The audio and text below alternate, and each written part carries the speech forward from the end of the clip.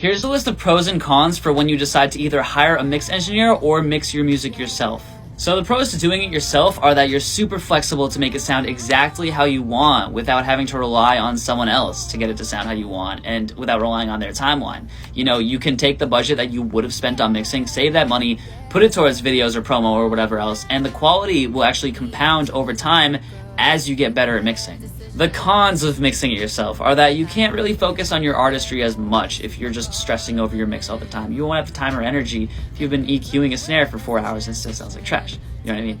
What good is that budget if you're not releasing any songs because you're so stressed over your mix and you're insecure about, like, you know, it sounding professional compared to your references? Learning mixing isn't for everyone. It can be very emotionally draining and just take the passion out of your project. Also, your music may not sound as good as if you had just gotten a professional to work on it. Okay, the pros of hiring an actual mix engineer to work on your project. You know that project, if you're working with someone dope, is going to sound the best it possibly can sound.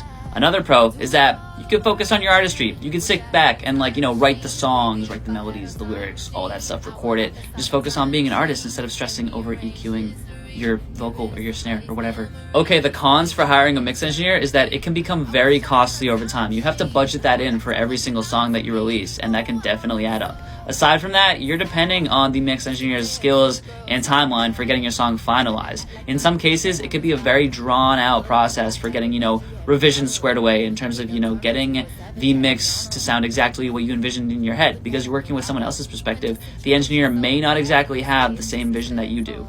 So, I mean, both are great options. The point is to get your music finished so that you can release it. But it takes a little bit of trial and error in terms of, I'd say, trying both of these methods out before you actually settle on which one works best for you.